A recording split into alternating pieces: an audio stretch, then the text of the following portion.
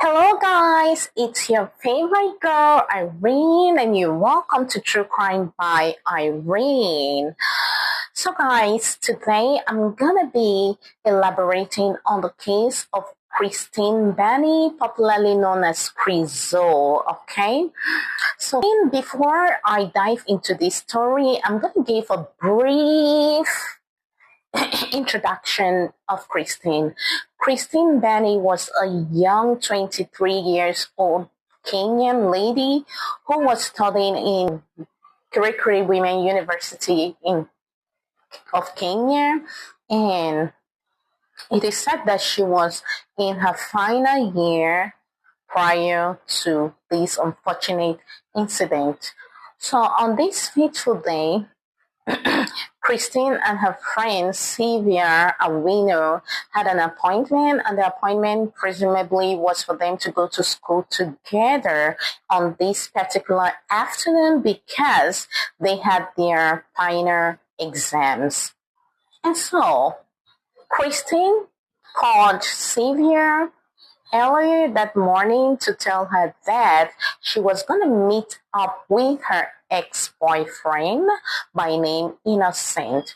And so Sylvia was like, oh, but what for? Guys, mind you, Innocent was an ex-convict. He was also a student in another university in Kenya. But prior to the meeting, he and Christine they have broke up for several months, and it is said that Christine was already into a new relationship.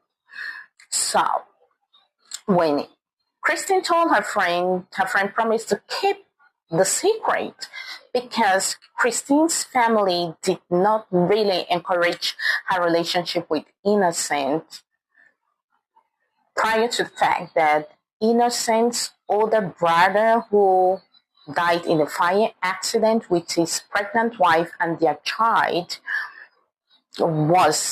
Innocent was being accused of killing them and making the scene look like a fire incident. So he was even locked up for some time until Christine's mom stopped her from seeing that guy.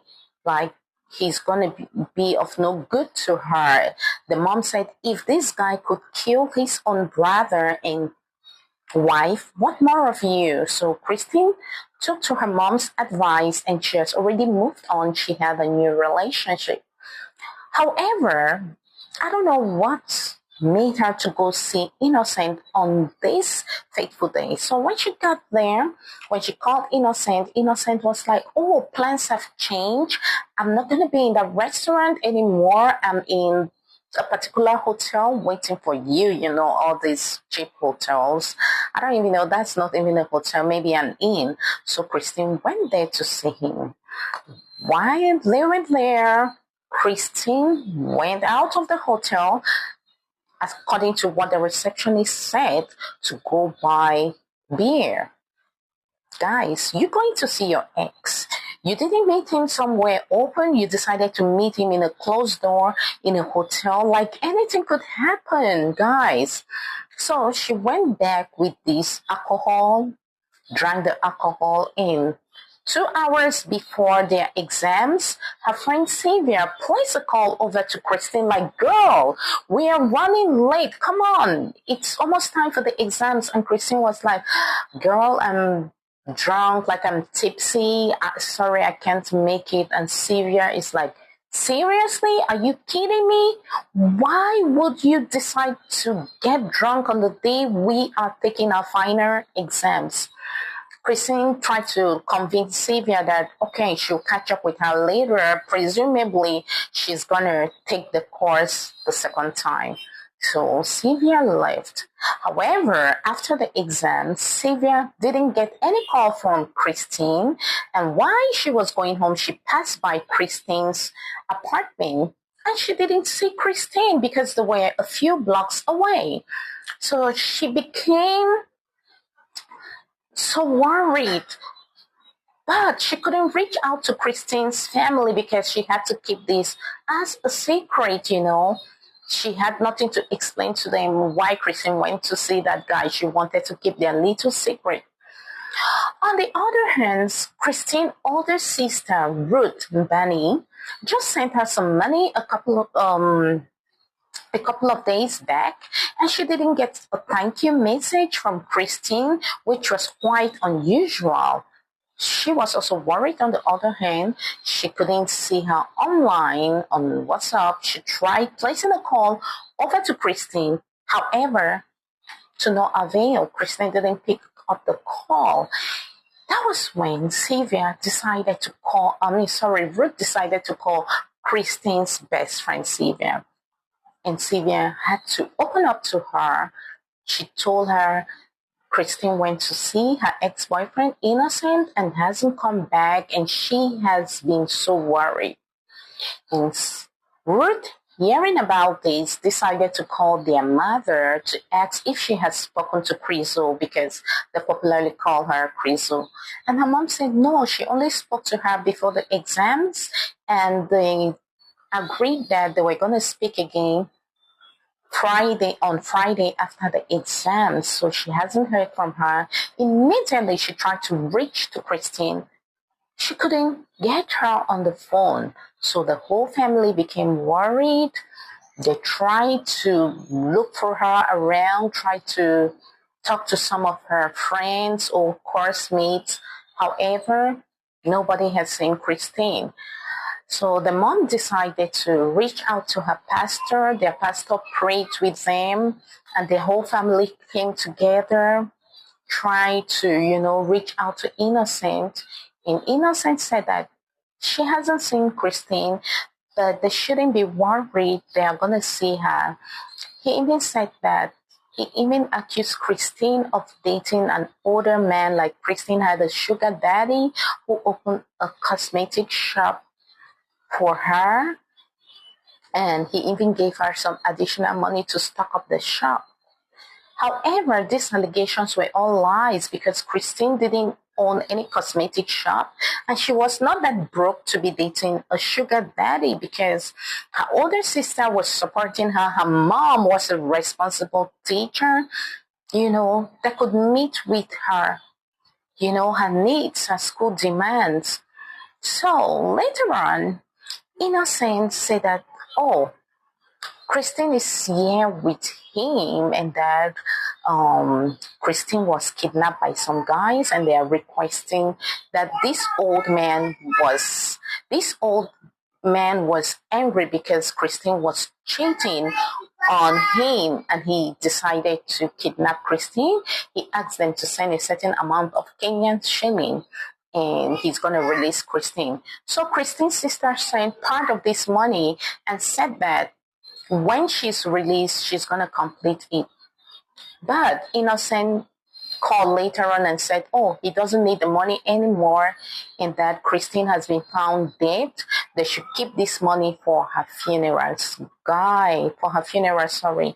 Guys, this was like a bombshell to the whole family. So meanwhile, Innocent was on a run. The hotel discovered Christine's body. So meanwhile, Innocent was on a run. The hotel discovered Christine's body in room 12, where they launched the previous night. And so the hotel decided to take her to a morgue, because they couldn't find any identification on her ID card, her phones. They were all, Innocent absconded with them. So finally, when they got in touch with this hotel, the hotel explained to them everything that transpired. They said on this fateful day, Innocent said that he was going to go buy food, and that Christine was inside, probably sleeping. However, he didn't return. And when one of their staffs went to, he took some guests into the next room closer to room 12. He found out that the room was locked from outside. All these low-class hotels. That was when he raised an alarm, and they tried to open up the door, and they found Christine was being stabbed severally. Now, mind you, Christine's family retrieved her body from the morgue and organized a funeral. Unfortunately for Innocent, he couldn't hide for long. He was being caught up, and that was when he confessed that when Christine came to meet up with him, um, she had a call from her boyfriend. So unfortunately for Innocent, he couldn't run for a long time. He was being apprehended by the police. However, he still claimed his innocence, stating that Christine had a sugar daddy who, you know, um, noticed that Christine was dating another guy and decided to murder her.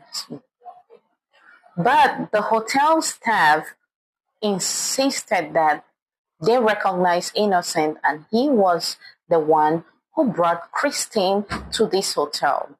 Now, this is actually what transpired on this fateful night when they got into that hotel.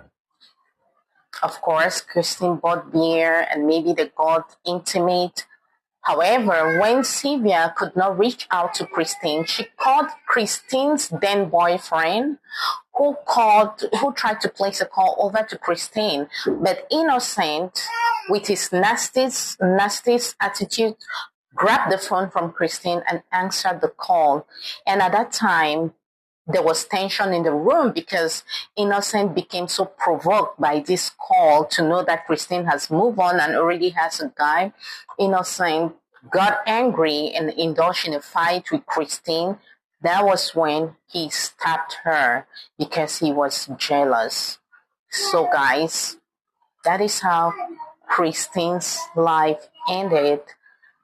And innocent has not, justice has not finally been served. The case has been, adjourned severally for the past 3 years.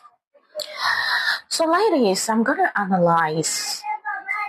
There is a reason why when you are broken up with someone, they call this person your ex. Like you have nothing in common anymore.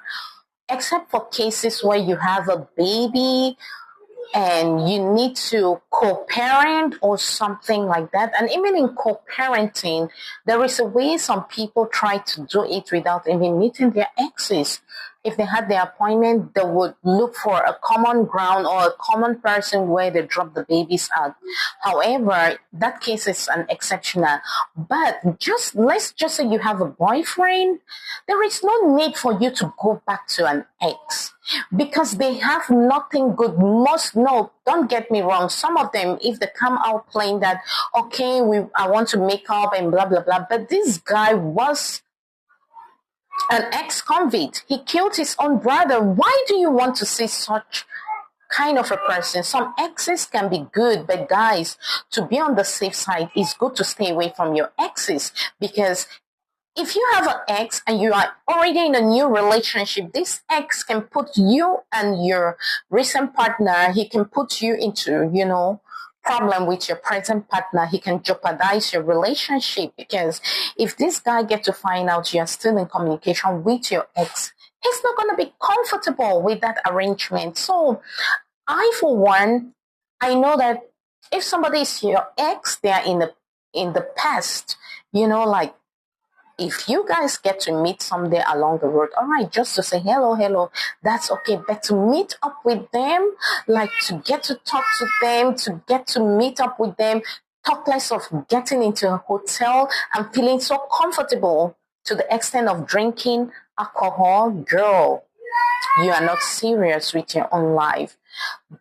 I hope women could learn from this case of Christine. Please, if you are done with someone, you are done with them. You have nothing in common with your ex. They have nothing to offer. For the fact that you guys separated, especially if it was their fault, it means there is nothing good that can come out. Some of them can reconcile. Don't get me wrong. But in this case where the guy was an ex-convict and a murderer for that matter, you shouldn't meet up with such people. Like, girl, move on and forget about that, okay? You have a whole lot of life ahead of you. Young ladies, please, when we put out stories like this, try to learn from these stories in order to mitigate the reoccurrence of women being murdered, women being raped by their exes, or women being, vulnerable women being taken advantage of by men, they once trusted. Please stay away, all right? Try to move on with your life. Do not meet up with any guy you are not comfortable with in a close room or in a secluded environment. I hope this could help save some other girl's life. And my condolences goes to Christine's family. I hope they could find justice for their daughter. It is really so sad that the victim, the